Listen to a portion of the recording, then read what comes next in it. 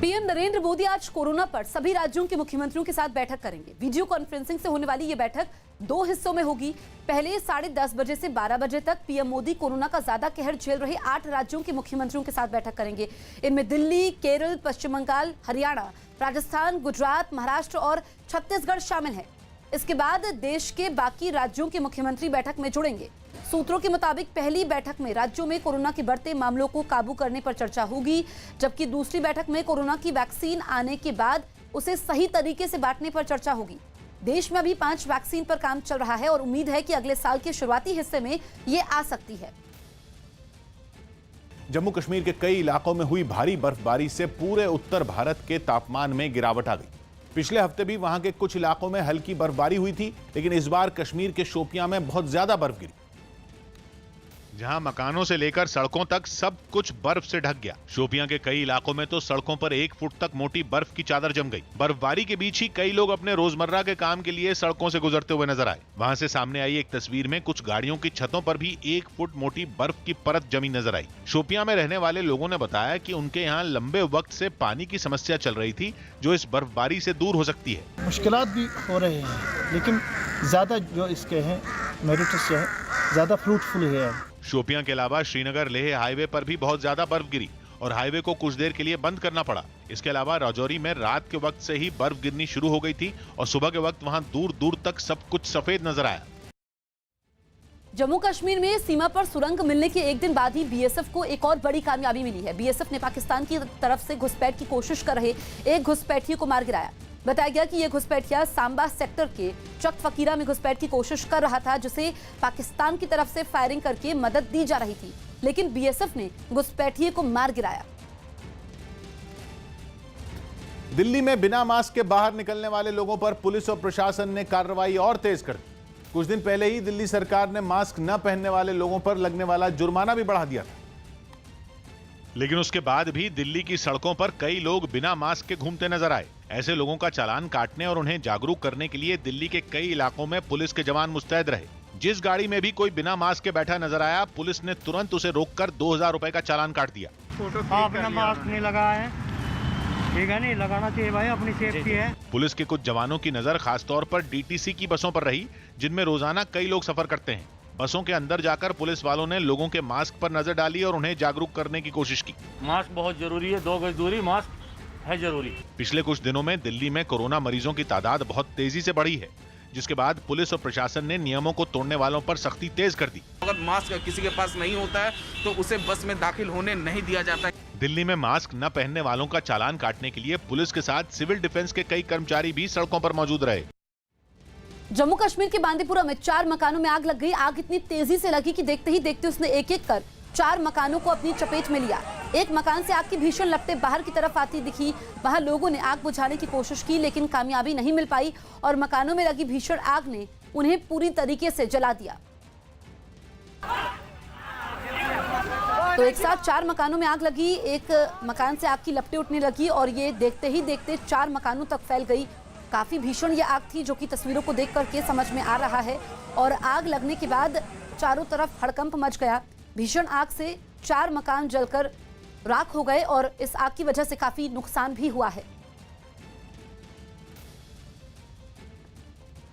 दिल्ली में कोरोना का कहर लगातार बढ़ रहा है। लगातार चौथे दिन दिल्ली में कोरोना से 100 से ज्यादा लोगों की मौत हुई है। पिछले 24 घंटों में दिल्ली में कोरोना से 121 लोगों की मौत हुई, जिसके बाद कुल मरने वालों का आंकड़ा बढ़कर 8500 के पार पहुंच गया है। एक दिन में दिल्ली में कोरोना के करीब 4500 नए केस आए हैं, जिसके बाद कुल मामलों की संख्या 5 लाख के ऊपर पहुंच गई है। हालांकि राहत की बात यह है कि पिछले 24 घंटों में 7000 से ज्यादा मरीज ठीक हुए हैं। बंगाल चुनाव के लिए हो रही जोर आजमाइश में केंद्रीय गृह मंत्री अमित शाह के बाद मुख्यमंत्री ममता बनर्जी भी आदिवासियों के बीच पहुंची। कुछ दिन पहले अपने 2 दिन के बंगाल दौरे पर अमित शाह बांकुड़ा पहुंचे। वहां उन्होंने आदिवासियों से मुलाकात की, जिसके बाद ममता बनर्जी भी आदिवासियों के गढ़ माने जाने वाले बांकुड़ा जिले पहुंची। वहां वो जिस तरह से आदिवासी लोगों से मिली, उसे देखकर अमित शाह के बांकुड़ा दौरे की तस्वीरें याद आ गईं, क्योंकि ममता बनर्जी वहां खटिया पर बैठी। उन्होंने अपने साथ 2 महिलाओं को भी खटिया पर बिठाया। मुख्यमंत्री ने थोड़ी देर तक वहां मौजूद लोगों से बात की और उन्हें उन योजनाओं की जानकारी दी जो राज्य सरकार ने उनके लिए शुरू की हैं। इस दौरान वो आदिवासियों के लिए शुरू की गई जय जोहार पेंशन योजना के बारे में बात करती दिखाई दी। जय जोहार चालू है। কেন আবার 10-12 दिन बाद থেকে আবার খুলবে। आदिवासियों से मुलाकात के बाद ममता बनर्जी ने बांकुड़ा में एक रैली भी की, जिसमें उन्होंने आदिवासी लोगों से राज्य सरकार की योजनाओं से मिलने वाले फायदे के बारे में पूछा। आप लोगों को ठीक से मिल रहा है? आपको जो पेंशन है, आपको जो स्कॉलरशिप है, वो आपको मिल रहा है? बीजेपी और टीएमसी दोनों ही पार्टियों ने आदिवासी वोटरों को अपने पाले में लाने के लिए पूरी ताकत झोंक दी है। कुछ दिन पहले ही अमित शाह ने भी इसी जिले में एक आदिवासी परिवार के घर पर खाना खाया था। और अब ममता ने भी आदिवासी लोगों के वोट पक्के करने के लिए एक के बाद एक कई सियासी दांव खेले हैं। बांकुड़ा की रैली में उन्होंने उनके लिए कई योजनाओं का ऐलान किया, जिनकी जानकारी देने के लिए राज्य सरकार हर द्वार सरकार नाम की मुहिम शुरू करेगी, जिसके तहत राज्य के अधिकारी 1 दिसंबर से 31 जनवरी तक हर ब्लॉक में कैंप लगाएंगे और लोगों को सरकारी योजनाओं के बारे में बताएंगे। इसके अलावा ममता बनर्जी ने आदिवासियों के नायक कहे जाने वाले बिरसा मुंडा की जयंती पर छुट्टी का ऐलान भी किया। साथ ही उन्होंने दावा किया कि बांकुड़ा जिले में 32,000 प्रवासी मजदूरों को नौकरी मिली है। इसी साल फरवरी में दिल्ली में हुई हिंसा मामले में बड़ा पर्दाफाश हुआ है। न्यूज 18 के आनंद तिवारी की खबर के मुताबिक दिल्ली पुलिस के स्पेशल सेल की चार्जशीट में इस बात का खुलासा हुआ है कि दिल्ली हिंसा में बंगाली बोलने वाली करीब 300 महिलाओं का इस्तेमाल किया गया था। चार्जशीट के मुताबिक 7 बसों में बिठाकर इन महिलाओं को जाफराबाद में प्रदर्शन की जगह लाया गया था। चार्जशीट में बताया गया कि इनमें से ही अधिकतर महिलाओं ने पथराव किया। पुलिस का दावा है कि इनमें से कई महिलाओं की पहचान की जा चुकी है, जल्द ही उनके खिलाफ कार्रवाई की जाएगी। पुलिस की चार्जशीट में इस बात का भी दावा किया गया कि इस पूरी साजिश को उमर खालिद और उसके साथियों ने अंजाम दिया। उत्तर प्रदेश में कोरोना नियमों के तहत बीते 8 महीने से बंद पड़े सभी विश्वविद्यालय और कॉलेज फिर खोल दिए गए। सरकार के दिशा निर्देशों के मुताबिक सिर्फ 50% छात्र ही एक बार में वहां मौजूद रह सकते हैं, जिसे ध्यान में रखते हुए राज्य के अलग अलग कॉलेजों और यूनिवर्सिटियों में छात्रों ने पहुंचना शुरू कर दिया, जिसकी एक तस्वीर बनारस हिंदू यूनिवर्सिटी से भी सामने आई, जहां एंट्री गेट पर छात्रों के शरीर का तापमान मापा गया और उसके बाद ही उन्हें अंदर जाने की मंजूरी मिली। कई दिनों बाद यूनिवर्सिटी पहुंचे कुछ छात्र काफी खुश नजर आए। यूनिवर्सिटी में पढ़ाई करने पहुंचे कुछ छात्र मायूस भी दिखे। उन्होंने पहले की तरह वहां क्लास नहीं लगने की शिकायत की। यूनिवर्सिटी खुल गई है, बस नाम के लिए खुली है, देखिए यहाँ पे आप जाएंगे तो ताले लगे हैं। इसी तरह राजधानी लखनऊ के एक कॉलेज में भी सरकार के दिशा निर्देशों को ध्यान में रखते हुए छात्रों को अंदर घुसने की इजाजत दी गई। गेट पर तैनात गार्डों ने उनके हाथों को सैनिटाइज कराने के साथ उनकी थर्मल स्क्रीनिंग की। वहां भीड़ न जुटे इसके लिए सड़क पर एक दूसरे से कुछ दूरी पर गोल घेरे बनाए गए। काफी लंबे वक्त बाद शिक्षकों को भी क्लास में छात्रों को पढ़ाने का मौका मिला। अच्छा लग रहा है कि लाइफ वापस ट्रैक पे आ रही है। कुछ इसी तरह कानपुर में मौजूद एशिया की सबसे बड़ी यूनिवर्सिटियों में एक छत्रपति शाहूजी महाराज यूनिवर्सिटी भी खुल गई, जहां कोरोना नियमों के तहत ही छात्र अंदर गए और पढ़ाई की। कोरोना से बुरी तरह जूझ रहे अमेरिका में अगले महीने से टीका लगाने की शुरुआत हो सकती है। वहां वैक्सीन कार्यक्रम से जुड़े एक सीनियर अधिकारी के मुताबिक अमेरिका में 11 या 12 दिसंबर से लोगों को वैक्सीन लगाने का काम शुरू हो सकता है। अमेरिकी कंपनी फाइजर ने फूड एंड ड्रग एडमिनिस्ट्रेशन से वैक्सीन की इमरजेंसी इस्तेमाल की मंजूरी मांगी है, जो 10 दिसंबर को एक बैठक करने वाली है, जिसमें फाइजर के आवेदन पर फैसला लिया जाएगा। कंपनी का दावा है कि मंजूरी मिलते ही वो 24 घंटे के अंदर वैक्सीन को लोगों तक पहुंचाना शुरू कर देगी। और अगर सब कुछ ठीक रहा तो अमेरिका में दिसंबर खत्म होते होते करीब 3 करोड़ लोगों को टीका लगा दिया जाएगा। फाइजर ने अपनी वैक्सीन को 95% तक कारगर बताया है। महाराष्ट्र में बिजली के बिलों पर सियासी महाभारत छिड़ गया। उद्धव सरकार के खिलाफ बीजेपी और एमएनएस के कार्यकर्ता सड़कों पर उतरे। महाराष्ट्र के कई जिलों में दोनों पार्टियों ने महंगी बिजली के मुद्दे पर प्रदर्शन किया और उद्धव ठाकरे सरकार के खिलाफ नारेबाजी की। मुंबई में बड़ी संख्या में बीजेपी के नेता और कार्यकर्ता सड़क पर जमा हो गए। काफी देर तक महाविकास आघाड़ी सरकार के खिलाफ नारेबाजी करने के बाद नेताओं ने बिजली के बिलों को जला दिया। जैसे ही बिजली के बिल जलने लगे, पुलिस ने आग को बुझा दिया और प्रदर्शनकारियों को घेर लिया। प्रदर्शनकारियों की धरपकड़ शुरू हुई और हंगामा शुरू हो गया। बीजेपी के कार्यकर्ताओं ने सड़क पर बैठकर नारेबाजी शुरू कर दी। पुलिस ने एक एक कार्यकर्ता को उठाने की कोशिश की, लेकिन कोई भी उठने को तैयार नहीं हुआ। आखिरकार जबरन कई नेताओं और कार्यकर्ताओं को उठाकर पुलिस वालों ने गाड़ी में बिठाया। थोड़ी ही देर में कई कार्यकर्ता सड़क पर लेटकर नारेबाजी करने लगे। बाद में बीजेपी कार्यकर्ता मार्च करते हुए उस पुलिस थाने तक पहुंचे, जहां हिरासत में लिए गए प्रदर्शनकारियों को ले जाया गया। लेकिन बीजेपी का यह प्रदर्शन केवल मुंबई तक ही सीमित नहीं रहा, बल्कि राज्य के कई जिलों में बीजेपी के कार्यकर्ता इसी तरह राज्य सरकार के खिलाफ सड़कों पर उतरे। जिनमें पुणे भी शामिल रहा। पुणे में भी बीजेपी के कार्यकर्ताओं ने बिजली के बढ़े हुए बिलों को जलाकर विरोध जताया। काफी देर तक बीजेपी के कार्यकर्ता नारेबाजी करते रहे, लेकिन प्रदर्शन पूरी तरह शांतिपूर्ण नहीं रहा। जबकि ठाणे में बीजेपी के सैकड़ों कार्यकर्ताओं को हिरासत में लिया गया। सड़क पर काफी देर तक चले हंगामे के बाद ठाणे में प्रदर्शनकारियों को हिरासत में लिया गया। हालांकि बिजली के बढ़े हुए बिलों के मुद्दे पर ही एमएनएस ने भी सरकार को घेरा, लेकिन विरोध का तरीका अलग रहा। एमएनएस ने उद्धव ठाकरे सरकार के खिलाफ पोस्ट कार्ड आंदोलन शुरू किया। इस समय हम मौजूद हैं दादर परिसर में, जहां पर एमएनएस का पोस्ट कार्ड आंदोलन शुरू है। इस आंदोलन के तहत एमएनएस के नेता मुंबई के दादर स्टेशन के बाहर मेज कुर्सी डालकर बैठ गए। बढ़े हुए बिजली बिलों के मुद्दे पर मुंबई के नाराज लोगों से मुख्यमंत्री के नाम पोस्ट कार्ड लिखवाए गए। एमएनएस ने अल्टीमेटम दिया कि अगर 3 दिन में लोगों को राहत नहीं दी गई तो राज्य में बड़ा आंदोलन किया जाएगा।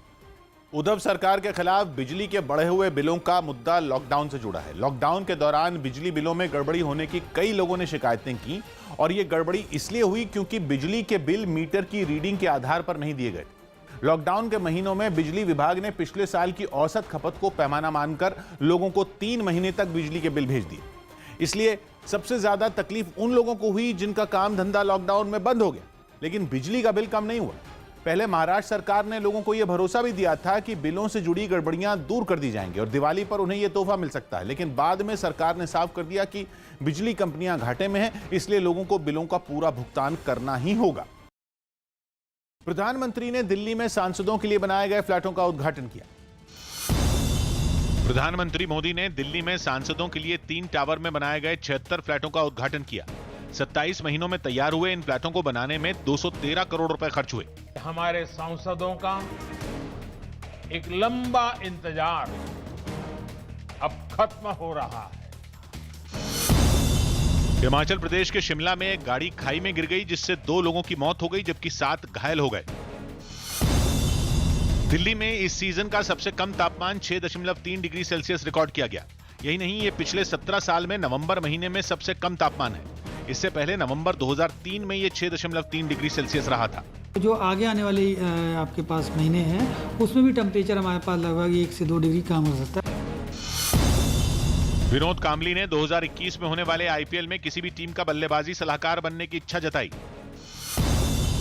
हैदराबाद में 1 दिसंबर को होने वाले निकाय चुनाव के लिए प्रचार करने पहुंचे एआईएमआईएम प्रमुख असदुद्दीन ओवैसी ने लव जिहाद के मुद्दे पर बीजेपी को घेरा। ओवैसी ने दावा किया कि पार्टी बेरोजगारी जैसे मुद्दों से लोगों का ध्यान भटकाने के लिए यह हथकंडे अपना रही है।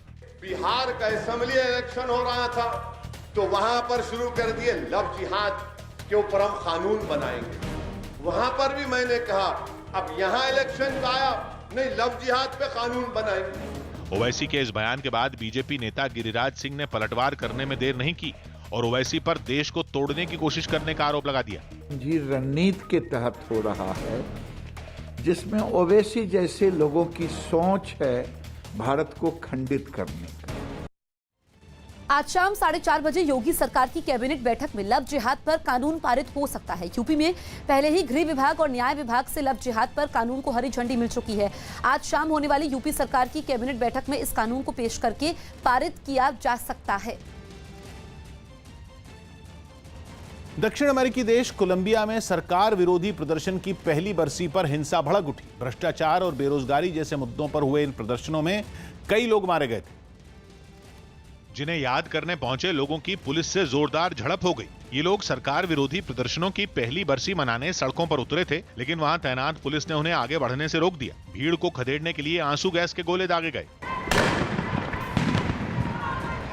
पुलिस ने रबर की गोलियों और दूसरी तरकीबों का भी इस्तेमाल किया, लेकिन लोग पीछे हटने के बजाय वहीं डटे रहे। कुछ उपद्रवियों ने पुलिस के ऊपर पेट्रोल बम से हमला कर दिया। पेट्रोल बम की वजह से पानी की बौछार करने वाली एक गाड़ी में आग लग गई। लोगों ने पुलिस पर पथराव भी किया। जवाब में पुलिस ने भी मोर्चा संभाला और लोगों को खदेड़ना शुरू कर दिया। राजधानी बोगोता की सड़कों पर काफी देर तक बवाल होता रहा। इस दौरान कई लोगों को हिरासत में भी लिया गया। पाकिस्तान के कब्जे वाले कश्मीर के गिलगित बाल्टिस्तान में चुनावों के बाद बड़े पैमाने पर हिंसा फैल गई है। वहां पाकिस्तानी सेना पर चुनावों में गड़बड़ी का आरोप लगाकर विरोध प्रदर्शन हो रहे हैं। इन्हीं प्रदर्शनों के समय वहां कई गाड़ियों में आग लगाई गई। विपक्षी पार्टियों का आरोप है कि इमरान सरकार ने गिलगित बाल्टिस्तान में हुए चुनावों में धांधली की है। 15 नवंबर को वहां विधानसभा की 23 सीटों पर चुनाव हुए थे, जिनमें 9 सीटों पर इमरान खान की पार्टी पीटीआई ने कब्जा जमा लिया। तो यहाँ पर सरकार विरोधी प्रदर्शन भी हो रहे हैं। आप देख सकते हैं गिलगित बाल्टिस्तान में दरअसल यहाँ पर 15 नवंबर को चुनाव हुए थे और इमरान सरकार पर धांधली का आरोप लगा। 23 विधानसभा सीटों पर चुनाव हुए थे जिसमें इमरान खान की पार्टी पीटीआई ने 9 सीटों पर कब्जा किया था और सेना पर इन लोगों ने धांधली का आरोप लगाया और कई गाड़ियों को फूका, कई गाड़ियों में आग लगाई गई और वहां पर विरोध प्रदर्शन लगातार जारी है। चीन के शंघाई में कोरोना टेस्ट से बचने के लिए एयरपोर्ट पर भगदड़ मच गई। बताया गया कि एयरपोर्ट के 2 कर्मचारी कोरोना पॉजिटिव पाए गए, जिसके तुरंत बाद ही वहां के सभी कर्मचारियों के टेस्ट का आदेश दे दिया गया। लेकिन जांच से बचने के लिए वो वहां से भागने लगे। सामने आई कुछ तस्वीरों में पीपीई किट पहने एयरपोर्ट कर्मचारी लोगों को रोकने की कोशिश करते दिखे, लेकिन वो उन्हें धकेलकर आगे बढ़ गए। उन लोगों को डर था कि जांच के बाद उन्हें 14 दिन क्वारंटीन रहना होगा, इसीलिए उन्होंने भागने की कोशिश की। हालांकि अधिकारियों ने एयरपोर्ट से बाहर निकलने के सभी रास्ते बंद कर दिए और फिर उन्हें समझा बुझाकर टेस्ट के लिए तैयार किया। लोगों की जांच एयरपोर्ट के बेसमेंट में की गई, जहां एक एक कर सभी के नमूने लिए गए। दावा है कि इस दौरान करीब 17,000 लोगों का टेस्ट किया गया, जिनमें लगभग 12,000 लोग नेगेटिव पाए गए और बाकियों को रिपोर्ट का इंतजार है। चीन से तनाव के बीच उसकी किसी भी हरकत का जवाब देने के लिए भारत ने लद्दाख में पूरी तैयारी कर ली है। न्यूज 18 के संदीप बोल की रिपोर्ट है कि भारतीय सेना ने चीन के हमलों से अपने जवानों को बचाने के लिए सुरंग बनाई है, जिसमें चौड़े कंक्रीट वाले पाइपों को बिछाया गया है ताकि जवानों को छिपने में दिक्कत ना हो। खास बात यह है कि इस सुरंग के जरिए भारतीय सैनिक बिना दुश्मन की नजर में आए एक जगह से दूसरी जगह आसानी से जा सकेंगे। साथ ही इसे कड़ाके की ठंड के बावजूद अंदर से गर्म किया जा सकता है। बताया जा रहा है कि यह सुरंग चीन की सेना के दक्षिण चीन सागर में मौजूद हाइनान द्वीप में परमाणु हमला करने में सक्षम बैलिस्टिक मिसाइल से लैस पनडुब्बी के लिए टनल शेल्टर बनाने के जवाब में बनाई गई। पंजाब के लुधियाना में रेप के आरोप में घिरे लोक इंसाफ पार्टी के नेता और विधायक सिमरजीत सिंह बैंस के खिलाफ विपक्ष ने जबरदस्त प्रदर्शन किया। सिमरजीत सिंह बैंस पर आरोप है कि उन्होंने एक महिला को उसके गिरवी रखे घर का मामला सुलझाने का झूठा भरोसा दिया था और इसी बहाने उसका रेप किया। यह मामला सामने आते ही विरोधियों ने उनके खिलाफ मोर्चा खोल दिया और लुधियाना में बीजेपी और अकाली दल के कार्यकर्ता सड़कों पर आ गए। अकाली दल के कार्यकर्ताओं ने लोक इंसाफ पार्टी के नेता सिमरजीत सिंह बैंस के खिलाफ सड़क पर बैठकर प्रदर्शन किया। उन्होंने इस मामले को कमिश्नर के सामने उठाने की कोशिश की, लेकिन वहां पहुंचने से पहले ही उन्हें रोक दिया गया। रास्ते में बैरिकेडिंग होने की वजह से प्रदर्शन में शामिल लोग आगे नहीं बढ़ पाए और सड़क पर बैठकर पीड़ित को इंसाफ दिलाने की बात कहते हुए नारे लगाने लगे। यही नहीं, अकाली दल ने लगे हाथ अमरिंदर सरकार को भी घेर लिया और आरोप लगाया कि राज्य की कांग्रेस सरकार सिमरजीत सिंह बैंस से मिली हुई है। ये सरकार मिली हुई है, पुलिस साथ मिली हुई है। बीजेपी ने भी इस मुद्दे को हवा देने में देर नहीं की। पार्टी की महिला मोर्चा की नेता और कार्यकर्ता सिमरजीत सिंह बैंस की गिरफ्तारी की मांग करते हुए कमिश्नर से मिलने पहुंची।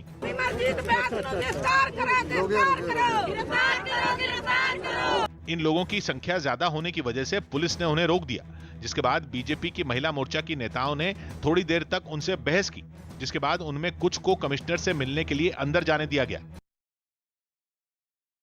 नगरोटा हमले के बाद भारत ने पाकिस्तान को अलग थलग करने की कोशिश शुरू कर दी। जम्मू कश्मीर के नगरोटा में हुए आतंकी हमले के बाद भारत ने दुनिया भर में पाकिस्तान को अलग थलग करने की कोशिश शुरू कर दी। भारत ने अमेरिका, रूस, जापान और फ्रांस समेत कई देशों के राजनयिकों को यह बताया कि कैसे नगरोटा की घटना जम्मू कश्मीर में पाकिस्तान के आतंकी अभियान का हिस्सा है। यही नहीं, उन्हें यह भी जानकारी दी गई कि कैसे जैश ए मोहम्मद के आतंकवादी सुरंग के जरिए भारतीय सीमा में घुसे, जिनकी 26/11 हमले के 12 साल पूरे होने पर बड़े हमले की साजिश थी। प्रधानमंत्री मोदी सुबह 10 बजे से कोरोना संकट पर सभी राज्यों के मुख्यमंत्रियों के साथ बातचीत करेंगे। इस बैठक में सबसे पहले उन 8 राज्यों के सीएम शामिल होंगे जहां कोरोना का कहर ज्यादा है। उसके बाद 12 बजे से बाकी बचे राज्यों के सीएम शामिल होंगे। बीजेपी अध्यक्ष जेपी नड्डा हिमाचल प्रदेश में नैना देवी मंदिर पहुंचे और परिवार के साथ पूजा की। दिल्ली हिंसा मामले में एक दिन पहले कोर्ट में उमर खालिद पर एक चार्जशीट दाखिल की गई, जिसमें दावा किया गया कि उमर खालिद ने सीएए के खिलाफ प्रदर्शन के लिए भारत में रह रहे अवैध बांग्लादेशियों को उकसाया।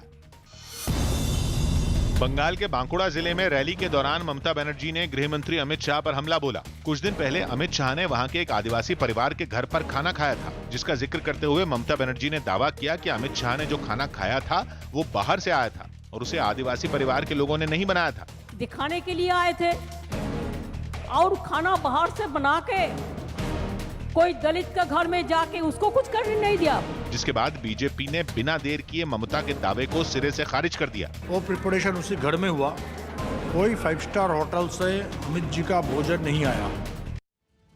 यूपी के गाजियाबाद में एक केमिकल फैक्ट्री में भीषण आग लग गई। फैक्ट्री में पेंट और कई तरह का केमिकल भरा होने की वजह से आग तेजी से फैल गई, जिसके बाद वहां से धुएं का गुबार उठने लगा। फैक्ट्री की छत और खिड़कियों से उठता काला धुआं पूरे इलाके में फैलने लगा। खबर मिलते ही फायर ब्रिगेड वहां पहुंची और आग बुझाने का काम शुरू किया गया। पहले दमकल कर्मियों ने फैक्ट्री के आगे के हिस्से पर पानी की बौछार कर लपटों को शांत किया और फिर फैक्ट्री के अंदर भी काफी देर तक पानी की बौछार करते रहे। आग बड़ी थी लेकिन दमकल ने 1 घंटे के अंदर उसे बुझा दिया।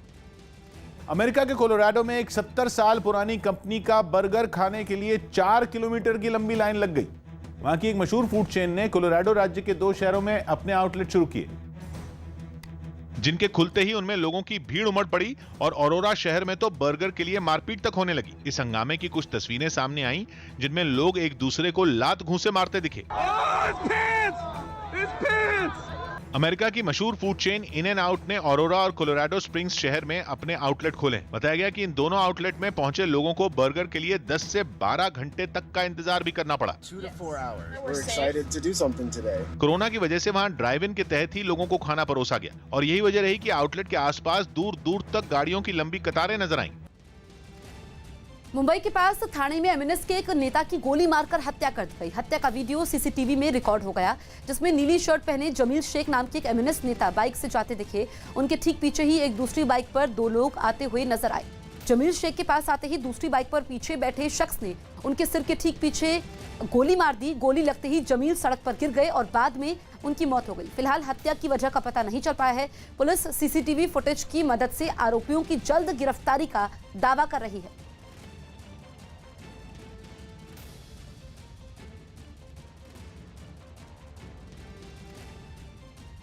केंद्रीय मंत्री राव साहेब दानवे ने महाराष्ट्र सरकार को लेकर बड़ा दावा किया है। उन्होंने परभड़ी में बीजेपी कार्यकर्ताओं के सामने दावा किया कि अगले 2 से 3 महीनों में उद्धव सरकार गिर जाएगी। राव साहेब दानवे ने यह भी कहा कि 2 से 3 महीनों में महाराष्ट्र में बीजेपी की ही सरकार बनेगी और इस पर काम चल रहा है। उन्होंने उद्धव सरकार पर तंज कसते हुए कहा कि कभी एक दूसरे की सूरत नहीं देखने वाले 3 दलों की सरकार चल रही है।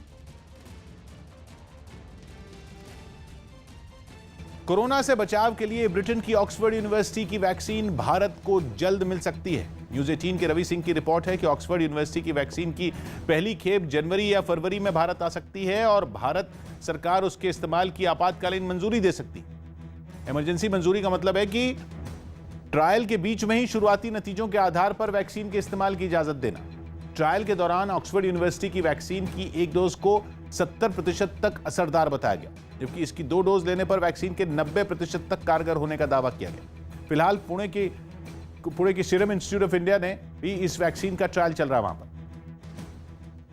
उसकी फेज 3 की एनरोलमेंट पूरी हो गई है और जो भारत में सब्जेक्ट हैं उनके रिजल्ट हमारे पास जनवरी में उपलब्ध होंगे। जहरीली शराब से हुई मौतों के बाद यूपी में अवैध शराब बनाने वालों के खिलाफ कार्रवाई तेज कर दी गई। अवैध शराब कारोबारियों को जड़ से खत्म करने के लिए योगी सरकार ने 2 दिसंबर तक चलने वाले एक अभियान की शुरुआत की, जिसके तहत आबकारी विभाग और पुलिस की कई टीमें अवैध शराब के अलग अलग ठिकानों पर लगातार ताबड़तोड़ दबिश दे रही हैं। एक ऐसी ही तस्वीर झांसी से सामने आई, जहां कुछ पुलिस वाले खेतों के बीच में मौजूद अवैध शराब के एक ठिकाने पर पहुंचे और उन्होंने प्लास्टिक के कई ड्रमों में भरकर रखी गई हजारों लीटर शराब को बहा दिया। इस कार्रवाई की ड्रोन कैमरे से निगरानी भी की गई। कुछ महिलाएं इस कार्रवाई को रोकने के लिए बहाने बनाने से भी नहीं चूकी। बिटिया की शादी अब थोड़ा बहुत शादी करो जाके। पुलिस ने जमीन में छुपाकर रखे गए शराब बनाने के सामान को भी खुदाई करने वाली एक मशीन की मदद से बाहर निकाला। 35,000 लीटर लहन नष्ट किया गया है। 51 अभियुक्तों को गिरफ्तार किया गया है। झांसी की ही तरह बदायूं में भी पुलिस ने 20 लीटर अवैध शराब के साथ 2 लोगों को गिरफ्तार कर लिया। छत्तीसगढ़ के कांकेर में हुई मुठभेड़ में 3 नक्सली ढेर हो गए। छत्तीसगढ़ के कांकेर में सुरक्षा बलों से मुठभेड़ में 3 नक्सली ढेर हो गए। मारे गए नक्सलियों से कई तरह के हथियार बरामद हुए। केंद्रीय मंत्री नितिन गडकरी ने ऐलान किया कि सरकार देश के 69,000 पेट्रोल पंपों पर कम से कम एक इलेक्ट्रिक व्हीकल चार्जिंग कियोस्क लगाने की योजना बना रही है। साथ ही सरकार अगले 5 साल में भारत को ऑटोमोबाइल मैन्युफैक्चरिंग का प्रमुख केंद्र बनाने की दिशा में काम कर रही है। I am fully confident that the future of this industry is very bright. Mumbai में 2 बाइक सवार बदमाशों ने बीच सड़क पर एमएनएस नेता जमील शेख की गोली मारकर हत्या कर दी। हत्या का पूरा वीडियो सीसीटीवी में रिकॉर्ड हो गया। बंगाल की खाड़ी से उठा चक्रवाती तूफान निवार अगले 2 दिन में तमिलनाडु, पुडुचेरी और आंध्र प्रदेश में भारी नुकसान पहुंचा सकता है। इस बीच 100 से 150 किलोमीटर प्रति घंटे की रफ्तार से तेज हवाएं चल सकती हैं, जिसे देखते हुए तीनों राज्यों में एनडीआरएफ की करीब 30 टीमों को तैनात किया गया है। यूपी के आजमगढ़ ग्राम सभा भवन और आसपास की जगहों पर निर्माण करवाए जाने के समय महिलाओं से विवाद होने पर ग्राम प्रधान ने महिलाओं की बुरी तरह पिटाई कर दी, जिसका वीडियो वायरल हो गया। हालांकि बाद में पुलिस ने आरोपी प्रधान को गिरफ्तार कर जेल भेज दिया। इस संबंध में तत्काल प्रभाव से मुकदमा दर्ज किया गया है और प्रधान को गिरफ्तार करके जेल भेजा गया। जम्मू कश्मीर पुलिस महानिदेशक दिलबाग सिंह ने नगरोटा में आतंकवादियों को मारने वाले पुलिसकर्मियों समेत सभी सुरक्षा बल के जवानों को सम्मानित किया। आंध्र प्रदेश के विशाखापट्टनम में पुलिस ने सब्जियों के ट्रक में छिपाकर भारी मात्रा में ले जाए जा रहे करोड़ों रुपए के गांजे की खेप को बरामद कर जब्त कर लिया। कोरोना के बढ़ते संक्रमण की वजह से यूपी सरकार ने नए दिशा निर्देश जारी करते हुए शादियों में मेहमानों की संख्या सिर्फ 100 लोगों तक ही सीमित कर दी। स्पाइसजेट एयरलाइंस ने अपने यात्रियों के लिए मोबाइल RT-PCR सेवा की शुरुआत की, जहां सिर्फ 499 रुपए में यात्री अपना कोरोना टेस्ट करवा सकेंगे। गृह मंत्री अमित शाह और स्वास्थ्य मंत्री हर्षवर्धन ने योजना की शुरुआत की। यूरोप के देश पोलैंड में दुनिया का सबसे गहरा डाइविंग पूल खोला गया। अब तक यह खिताब इटली में बने एक पूल के नाम था, जिसकी गहराई करीब 138 फीट है, लेकिन पोलैंड की राजधानी वॉर्सो के पास बना यह पुल करीब 150 फीट गहरा है, जिसमें गोताखोर ऐसे गोते लगाते दिखे मानो वो वाकई समंदर के अंदर हों। कई नौसिखिए भी इस पुल के अंदर स्कूबा डाइविंग और स्विमिंग सीखते दिखे, लेकिन इस डाइविंग पूल की गहराई ही इसकी इकलौती खासियत नहीं है। इसके भीतर गोताखोरों को बिल्कुल समंदर जैसा ही एहसास हो, इसके लिए इसमें नकली गुफाएं भी बनाई गई हैं। और तो और इसके तल पर एक डूबे हुए जहाज को भी दिखाया गया है। इस पुल की दीवारों पर सुंदर कलाकृतियां बनी भी नजर आईं। To łódkę na dnie, piękne jaskinie, to jest to. 8,000 cubic metre पानी की क्षमता वाले इस पुल को बनाने में पैसा भी पानी की तरह बहाया गया है। बताया गया कि इसके निर्माण में 89 लाख यूरो यानी भारतीय रुपयों में करीब 78 करोड़ से भी ज्यादा का खर्च आया। हालांकि दुनिया के सबसे गहरे पुल का ताज ज्यादा वक्त तक इस पुल के सिर पर नहीं रहने वाला, क्योंकि ब्रिटेन में 164 फीट गहरा पुल जल्द खुलने वाला है। ब्राजील में अफ्रीकी मूल के एक नागरिक की हत्या के विरोध में जोरदार प्रदर्शन शुरू हो गए। 40 साल के इस आदमी की एक सुपरमार्केट के सुरक्षा कर्मियों ने पीट कर हत्या कर दी थी, जिसकी जानकारी मिलते ही लोगों का गुस्सा भड़क उठा। पोर्तो एलेग्रे में सैकड़ों लोग उस सुपरमार्केट के सामने इकट्ठा हो गए और जमकर हंगामा किया। लोगों ने पेट्रोल बम फेंककर वहां आग लगाने की भी कोशिश की। बवाल बढ़ता देख वहां पुलिस तैनात करनी पड़ी। पुलिस ने आंसू गैस के गोले और रबर की गोलियां दागते हुए लोगों को खदेड़ने की कोशिश की। घटना के विरोध में राजधानी रियो डी जेनेरो में भी जोरदार प्रदर्शन हुए। गुस्साए लोग एक सुपरमार्केट के अंदर घुस गए और वहां आने जाने वाले रास्तों को टायर रखकर बंद कर दिया। लोगों ने विरोध के तौर पर टायरों के ढेर पर फूल चढ़ाए और मारे गए आदमी को श्रद्धांजलि दी। साओ पाउलो में भी सैकड़ों लोगों ने सड़क पर उतरकर मार्च निकाला और मारे गए आदमी के लिए इंसाफ की मांग की। असम के पूर्व सीएम तरुण गोगोई का निधन हो गया। असम के पूर्व सीएम तरुण गोगोई का गुवाहाटी में निधन हो गया। कोरोना की वजह से उनके कई अंगों ने काम करना बंद कर दिया था। तरुण गोगोई के निधन पर पीएम और राहुल गांधी समेत कई नेताओं ने दुख जताया। ममता बनर्जी से नाराज चल रहे मंत्री शुवेंदु अधिकारी के समर्थन में कोलकाता की सड़कों पर पोस्टर लगाए गए। टीएमसी में बगावत हो चुकी है। एक तरफ बीजेपी तो दूसरी तरफ अपने अंदरूनी कलह से जूझ रही हैं मुख्यमंत्री ममता बनर्जी। मौका देखते ही बीजेपी ने भी टीएमसी पर हमले का मौका नहीं चूका। तृणमूल कांग्रेस का कुछ नहीं, तृणमूल कांग्रेस दिसंबर का 15 तारीख का तृणमूल कांग्रेस टूट जा रहा है। हालांकि शुवेंदु को मनाने के लिए टीएमसी ने भी पूरी ताकत लगा दी है। सांसद शौकत राय को उन्हें मनाने का जिम्मा सौंपा गया है। इसीलिए टीएमसी के नेता अभी शुवेंदु के खिलाफ कुछ नहीं बोल रहे। शुवेंदु आज अभी तक तृणमूल कांग्रेस का मेंबर है। तृणमूल कांग्रेस का जो हाईएस्ट पॉलिसी मेकिंग बॉडी है उनका मेंबर है। बिहार विधानसभा में कांग्रेस विधायक शकील अहमद खान ने संस्कृत में शपथ ली। शकील अहमद खान ने दूसरी बार कदवा सीट से चुनाव जीता है। कत्यामिनी सदा पूर्वक निर्वक्ष्यामि। हरियाणा के मुख्यमंत्री मनोहर लाल खट्टर ने किसानों से 26 नवंबर को दिल्ली मार्च कार्यक्रम में शामिल नहीं होने की अपील की। खट्टर ने नए कृषि कानूनों को किसानों के हित में बताया। खट्टर ने अपील इसलिए की क्योंकि कुछ किसान संगठनों ने इन कानूनों के विरोध में 26 और 27 नवंबर को दिल्ली मार्च करने की योजना बनाई है। मेरी अपील है कि इस प्रकार के किसी प्रकार के दिल्ली जाने के जो कार्यक्रम में आप लोग भाग न लें। यूपी के मेरठ से हैरान कर देने वाली तस्वीर सामने आई, जिसमें कुछ लोग छेड़खानी के आरोप में एक लड़के की पिटाई करते दिखाई दिए। पिटाई का ये वीडियो सोशल मीडिया पर वायरल हो गया, जिसमें दिखा कि लोगों ने आरोपी को घेर कर उसे बुरी तरह पीटा। इस बीच एक महिला ने भी उस लड़के पर अपना गुस्सा उतारा। इस हंगामे को देखकर आसपास कुछ लोग भी जुट गए। उन्होंने बीच बचाव करने की कोशिश की, लेकिन आरोपी को पीट रहे लोग इससे और भड़क गए। थोड़ी ही देर में वहां पुलिस पहुंच गई, तब जाकर हंगामा शांत हुआ। बाद में पुलिस आरोपी को पकड़कर अपने साथ थाने ले गई। मध्य प्रदेश के डिंडौरी से एक हैरान करने वाली तस्वीर सामने आई, जिसमें बीच बाजार दो सांड एक दूसरे से भिड़ गए। लोगों की परेशानी तब बढ़ गई जब थोड़ी देर बाद सांडों के बीच घमासान युद्ध शुरू हो गया। कई लोग तो वहां से जान बचाकर भाग निकले, जबकि आसपास मौजूद कुछ लोग बीच सड़क पर लड़ रहे सांडों को अलग करने की कोशिश में जुट गए। लड़ते सांडों को अलग करने के लिए कोई शोर मचाता दिखा तो कोई उन पर पत्थर फेंकता नजर आया।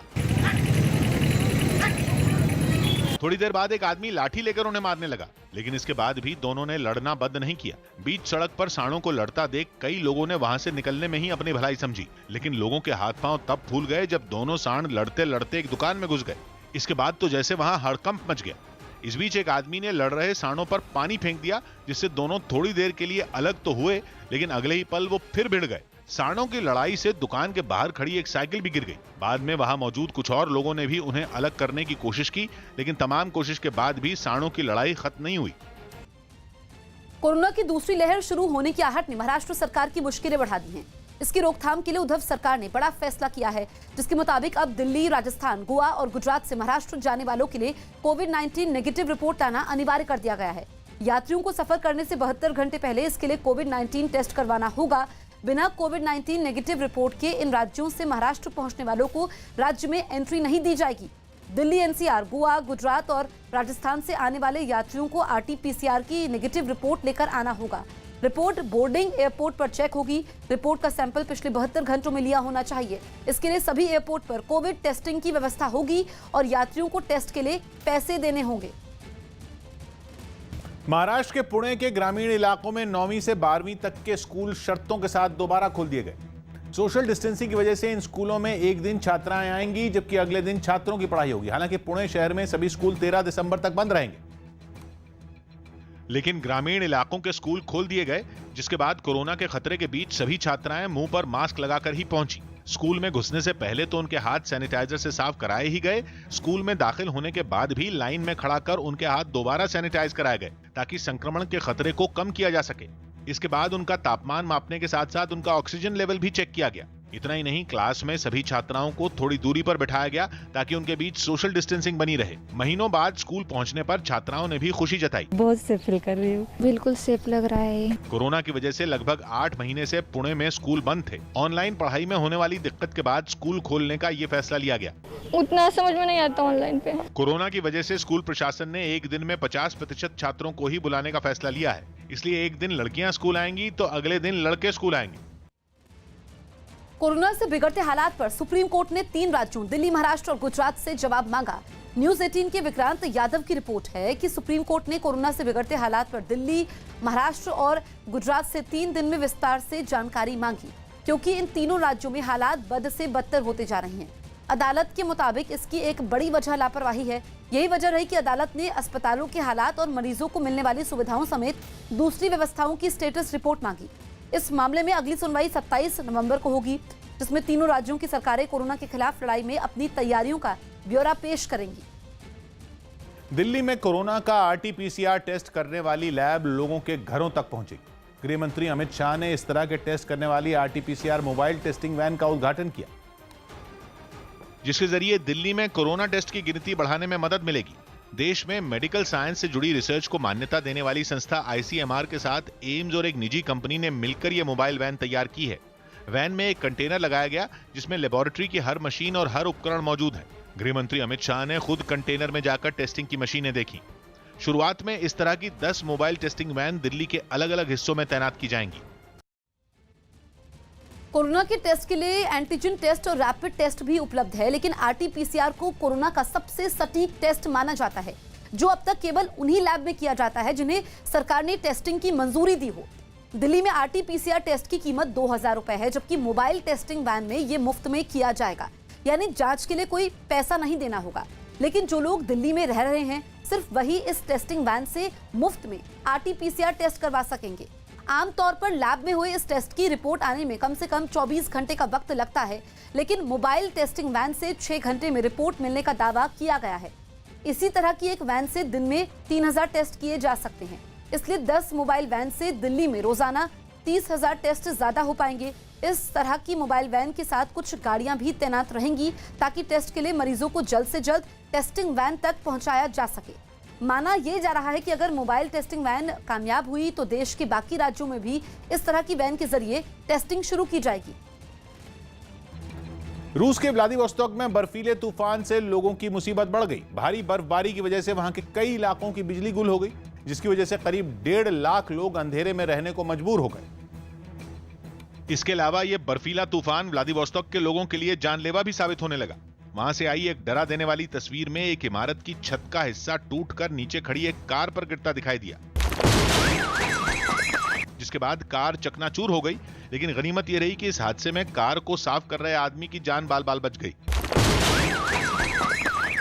बर्फीले तूफान की वजह से वहां की ज्यादातर सड़कों पर कई इंच बर्फ जम गई, जिसकी वजह से वहां के लोगों का रास्तों पर चलना तक दूभर हो गया। कुछ ही देर में वहां इतनी बर्फबारी हुई कि कई पेड़ उसका वजन तक नहीं झेल पाए और वो टूटकर सड़कों के बीच में गिर गए, जिसकी वजह से जगह जगह लंबा जाम लग गया। एक जगह तो एक आदमी बीच रास्ते पर गिरे एक पेड़ को किसी तरह खींचकर उसे किनारे की तरफ करता दिखाई दिया, जिसके बाद वहां फंसी गाड़ियां वहां से निकलने में कामयाब हो गईं। Нет ни света, ни холодной, ни горячей, ни отопления. अचानक आए इस खतरनाक बर्फीले तूफान ने वहां काफी नुकसान पहुंचाया। हालात इस कदर बिगड़ गए कि वहां इमरजेंसी लगा दी गई। साथ ही लोगों को घरों से बाहर न निकलने की सख्त हिदायत भी दी गई। योगी सरकार आज लव जिहाद के खिलाफ कानून ला सकती है। योगी सरकार की आज शाम होने वाली कैबिनेट बैठक में लव जिहाद के खिलाफ कानून पारित हो सकता है। लेह में कोरोना मामले बढ़ने के बाद वहां के कई संगठनों ने बाजारों में 1 हफ्ते का लॉकडाउन कर दिया। चीन के शंघाई एयरपोर्ट पर कोरोना मामले सामने आने के बाद पूरे एयरपोर्ट स्टाफ के कोरोना टेस्ट करवाए गए। तेलंगाना में 33 नक्सलियों ने हथियारों के साथ पुलिस के सामने आत्मसमर्पण कर दिया। आंध्र प्रदेश के मुख्यमंत्री जगन मोहन रेड्डी ने महिलाओं की सुरक्षा के लिए बनाए गए अभियम ऐप को लॉन्च किया। इस ऐप से महिलाओं की यात्रा को सुरक्षित बनाया जा सकेगा। कोरोना की वजह से पाकिस्तान में फंसे कई भारतीय अटारी वाघा बॉर्डर से वापस देश लौट आए। इस बीच सबके कोरोना टेस्ट भी करवाए गए। झारखंड की खूंटी में मास्क के बिना सड़कों पर घूम रहे लोगों को एसडीएम ने बीच सड़क पर ही उठक बैठक करवाई। सिर्फ 8 दिन में साइकिल से कश्मीर से कन्याकुमारी तक का सफर पूरा करके रिकॉर्ड बनाने वाले ओम महाजन का महाराष्ट्र के नासिक में भव्य स्वागत किया गया। 20-20 घंटा 22-22 घंटा साइकिल पे बैठे रहना है, दिन में 2-2 घंटा ही सोना है, तो वो एक कठिन परिस्थिति होती है। मध्य प्रदेश के ओरछा में एक पुल से गुजर रही कार में अचानक भीषण आग लग गई। हालांकि कार सवार 4 लोगों ने वक्त रहते बाहर कूदकर अपनी जान बचाई। जम्मू कश्मीर के नगरोटा में मारे गए जैश के आतंकियों को पाकिस्तान में ट्रेनिंग दी गई थी। न्यूज़ 18 के पवन शर्मा की रिपोर्ट है कि मुठभेड़ में मारे गए 4 आतंकवादियों को पाकिस्तान के बहावलपुर में हमले के लिए तैयार किया गया।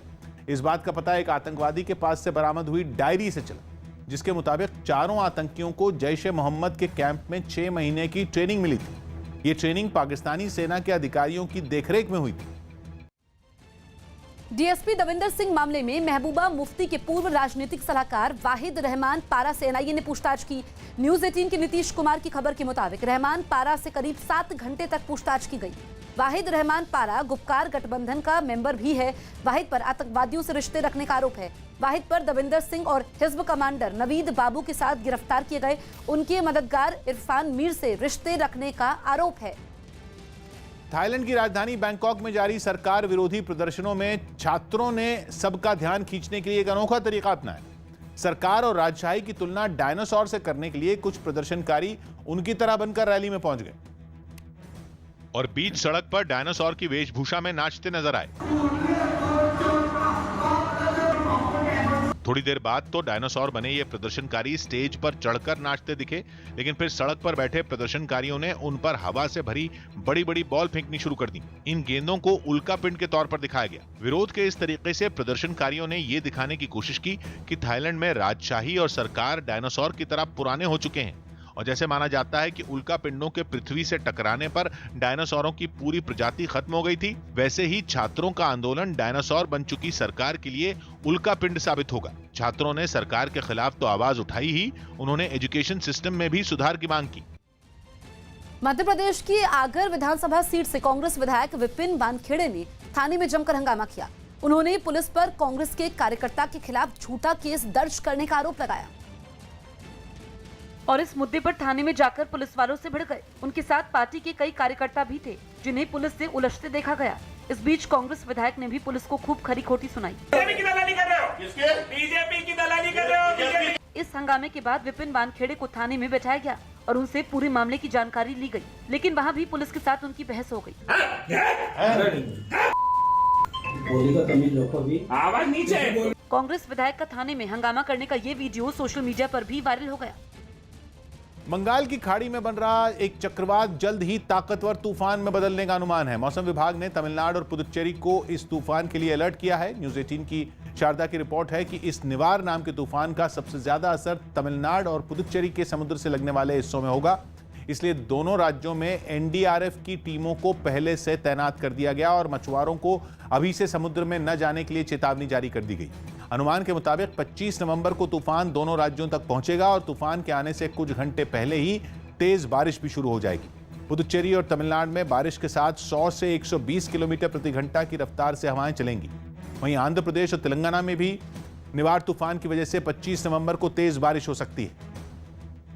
तूफान के समय सागर का high tide 2.5 metre high tide होगा। इसके कारण सभी फिशरमैन सागर से दूर रखने वाले का इंस्ट्रक्शन सरकार ने दिया है। मध्य प्रदेश के टीकमगढ़ से डराने वाली तस्वीर सामने आई जिसमें दिखा कि एक चलती कार अचानक आग का गोला बन गई। बताया गया कि उस कार में 4 लोग सवार थे जिन्होंने किसी तरह कूदकर अपनी जान बचाई, लेकिन इस हादसे में उनकी कार पूरी तरह जल गई। कार से उठ रही आग की ऊंची लपटों को देखकर आसपास मौजूद लोग खौफ से भर गए। कभी भी धमाके की आशंका ने लोगों को और डरा दिया। इस वजह से सड़क पर दूसरी गाड़ियों की आवाजाही भी रुक गई। लोगों ने तुरंत ही इस घटना की खबर पुलिस को दी। जा रहे हैं तो वापस अपनी गाड़ी करो, दूसरी रास्ते से निकल जाओ। पुलिस के बाद दमकल के कर्मचारी वहां पहुंचे और आग बुझाने में जुट गए। हालांकि आग बुझने तक कार जलकर राख हो चुकी थी। इस हादसे की वजह से सड़क पर लंबा ट्रैफिक जाम लग गया। अहमदाबाद में कोरोना मरीजों की बढ़ती संख्या को देखते हुए मास्क नहीं लगाने वालों पर नए जुर्माने के तहत कार्रवाई शुरू कर दी गई। राज्य में पहले मास्क नहीं लगाने पर 500 रुपए का जुर्माना था, जिसे बढ़ाकर अब 1000 रुपए कर दिया गया, ताकि जुर्माने के डर से लोग मास्क लगाकर ही घर से बाहर निकलें। सरकार के इस फैसले का असर भी दिखा। अहमदाबाद से जो तस्वीरें सामने आई उनमें ज्यादातर लोग मास्क पहने नजर आए। बाजार में खरीदारी कर रही महिलाएं हों या ऑफिस जा रहे लोग, सभी ने मास्क लगाना जरूरी समझा। लेकिन जिन लोगों ने इसकी जरूरत नहीं समझी उनके खिलाफ कार्रवाई के लिए पुलिस के जवान सड़कों पर मुस्तैद रहे। मास्क नहीं लगाने पर कुछ लोगों के चालान भी काटे गए। अहमदाबाद में भी मास्क पर अब जुर्माना बढ़ा दिया गया है। 500 की जगह पर अब मास्क नहीं पहनने पर 1000 रुपया जुर्माना होगा। इस दौरान न्यूज 18 की टीम ने सड़क पर तैनात पुलिस वालों से बातचीत की, जिसमें उन्होंने बताया कि बढ़े जुर्माने से बचने के लिए और कोरोना के डर से ज्यादातर लोग सड़कों पर मास्क पहने दिखाई दिए। हम एक आध घंटे से यहाँ से वाहन चेकिंग कर तो 99% लोग मास्क पहन के घूम रहे हैं। यही नहीं, कोरोना को फैलने से रोकने के लिए शहर के अलग अलग इलाकों में मेडिकल कैंप भी लगाए गए, जहां लोग मुफ्त में कोरोना की जांच कराते दिखे। किसान आंदोलन की वजह से पंजाब में रेलवे स्टेशनों की सुरक्षा बढ़ा दी गई। पंजाब में किसान आंदोलन को देखते हुए सभी रेलवे स्टेशनों पर सुरक्षा बढ़ा दी गई। मुंबई के मानखुर्द में अचानक आग लगने से दर्जनों झुग्गियां जलकर राख हो गई, जिसकी वजह से कई गरीब परिवार बेघर हो गए। कानपुर की कुली बाजार में देर रात को एक 3 मंजिला जर्जर इमारत भरभरा कर ढह गई, जिसमें कई लोगों के दबे होने की आशंका जताई जा रही है। हालांकि रात से ही एनडीआरएफ की टीम का राहत और बचाव का काम जारी है। अभिनेत्री मलाइका अरोड़ा का अपने बेटे अरहान खान के साथ क्रिकेट खेलने का वीडियो वायरल हो गया। पश्चिम बंगाल की मालदा में ट्रकों से भरा एक मालवाहक जहाज पलट गया। हादसे में सामान से भरे कई ट्रक गंगा नदी में डूब गए। ट्रकों के साथ डूबे 2 लोगों की तलाश जारी है। ताइवान की सरकार के अमेरिका से सूअर का मांस आयात करने के फैसले पर लोग भड़क गए। सरकार पर उनकी सेहत के साथ खिलवाड़ करने का आरोप लगाते हुए राजधानी ताइपे में हजारों लोगों ने विरोध प्रदर्शन किया और उनमें गुस्सा इस कदर था कि वो एक इमारत के बंद पड़े गेट को गिराने पर आमादा दिखे। सुअर की शक्ल का एक बड़ा सा गुब्बारा लेकर प्रदर्शनकारियों का हुजूम सड़कों पर निकला और सरकार से अपना फैसला वापस लेने की मांग की। रैली में जगह जगह प्रदर्शनकारियों के हाथों में सुअर की शक्ल वाले गुब्बारे नजर आए। कुछ लोग तो अपने बच्चों तक को लेकर विरोध प्रदर्शन में पहुंचे।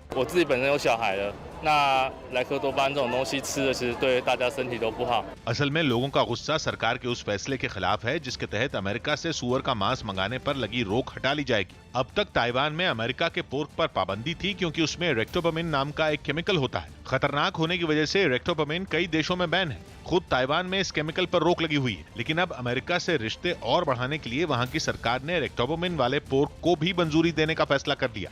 ऐसे में लोगों का आरोप है कि सरकार उन्हें जहर खिलाने पर तुली है। यूपी के शाहजहांपुर में बीजेपी के एक नेता ने छेड़खानी के आरोप में एक आदमी की पिटाई कर दी। बताया गया कि धरना प्रदर्शन के समय आरोपी छेड़खानी कर रहा था, जिस पर बीजेपी के उस नेता का पारा चढ़ गया और उसने आरोपी को अपनी चप्पल से पीट दिया। क्या हुआ? क्या हो गया?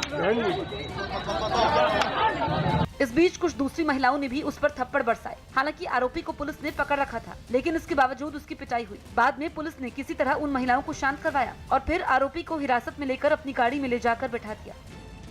मध्य प्रदेश के इंदौर में प्रशासन की टीम ने अपराधियों पर सख्ती बढ़ाते हुए उनके मकान गिरा दिए। बताया गया कि ये मकान अवैध तरीके से बनाए गए थे, जिसे गिराने के लिए प्रशासन की टीम भारी पुलिस बल के साथ पहुंची और जमीन खोदने वाली मशीन से मकान को तोड़ना शुरू कर दिया। संकरी गलियों में काफी मुश्किल से मशीन को ले जाया गया और थोड़ी देर तक कोशिश करने के बाद मकान के कई हिस्से तोड़ दिए गए। कुछ हिस्सों को तोड़ने के लिए मजदूरों को भी लगाया गया। 4 अपराधियों के अवैध निर्माण पर कार्रवाई है। इससे पहले मकान में रहने वाले लोगों को भी इस कार्रवाई की जानकारी दी गई, जिसके बाद कुछ लोग मकान के अंदर रखा सामान बाहर निकालते हुए नजर आए। इस कार्रवाई के दौरान कुछ लोग नाराज भी हो गए और तोड़फोड़ में जुटे कर्मचारियों से हाथापाई की कोशिश भी की, लेकिन वहां मौजूद पुलिस वालों ने उन लोगों को हटा दिया। इस दौरान वहां काफी भीड़ इकट्ठा हो गई, जिसकी वजह से तोड़फोड़ की कार्रवाई में जुटे कर्मचारियों को काफी मुश्किल हुई। ड्रग्स मामले में गिरफ्तार भारती सिंह को जमानत मिल गई। मुंबई में ड्रग्स मामले में गिरफ्तार भारती सिंह और उनके पति हर्ष को जमानत मिल गई। उन्हें किला कोर्ट ने 15,000 के मुचलके पर जमानत दी। भारती और हर्ष को एनसीबी ने ड्रग्स रखने के आरोप में गिरफ्तार किया था। हर्ष लिम्बाचा और भारती को दोनों को बेल दे दी गई। 15,000 की बेल दी गई है। राजस्थान के स्वास्थ्य मंत्री रघु शर्मा की कोरोना रिपोर्ट पॉजिटिव आई। इसकी जानकारी उन्होंने सोशल मीडिया पर दी और अपने संपर्क में आने वाले लोगों से अपनी जांच करवाने की अपील की। उत्तर प्रदेश में कोरोना के बढ़ते मरीजों को देखते हुए यूपी सरकार ने नए दिशा निर्देश जारी कर दिए। नए नियमों के मुताबिक अब शादी समारोह में 100 से ज्यादा लोगों के शामिल होने पर पाबंदी लगा दी गई है। साथ ही बुजुर्ग और बीमार लोग शादी के आयोजनों में शामिल नहीं हो पाएंगे। यही नहीं, बैंड और गाने बजाने पर भी पाबंदी रहेगी। अगर इन नियमों का उल्लंघन किया जाता है तो पुलिस इन मामलों में केस दर्ज करेगी। बिहार विधानसभा में शपथ ग्रहण के दौरान एमआईएम विधायक की हिंदुस्तान की जगह भारत बोलने की मांग पर घमासान छिड़ गया। वैसे तो एआईएमआईएम विधायक अख्तरुल ईमान ने खुद ही उर्दू में शपथ लेने की इच्छा जाहिर की थी, लेकिन जब उन्हें उनकी कॉपी में भारत की जगह हिंदुस्तान का संविधान लिखा मिला तो उन्होंने प्रोटेम स्पीकर के सामने इस पर आपत्ति जता दी।